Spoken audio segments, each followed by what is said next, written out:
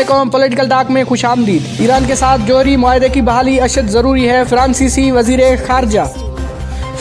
वज़ीर ख़ारजा लुद्रियान ने कहा है कि ईरान अपनी जौहरी तनसीबात में एटमी हथियार तैयार करने की सलाहियत में इजाफा कर रहा है और आलमी ताकतों के साथ तेहरान के तय करदा जौहरी मुआहदे की बहाली अशद ज़रूरी हो चुकी है। फ्रांसीसी वज़ीर ख़ारजा ने ये बात अपने एक अखबारी इंटरव्यू में कही। उन्होंने कहा कि ईरान ने इसी महीने यूरेनियम की 20% तक अफजोदगी का अमल बहाल कर दिया और ईरान की तरफ से भी जौहरी मुआहदे की खिलाफवर्जियां मुसलसल ज़्यादा होती जा रही है। ईरान और आलमी ताकतों के माबीन तेहरान के मुतनाज़ा एटमी प्रोग्राम से मुतल्लिक़ मुआहदा 2015 में तय पाया था। 2018 में सदर ट्रंप ने अमेरिका के इस मुआहदे से यकतरफा इखराज का ऐलान करते हुए ईरान के खिलाफ दोबारा पाबंदियां लगा दी थी। तब से यूरोपीय ममालिक इस मुआहदे को नाकामी से बचाने की कोशिशों में है।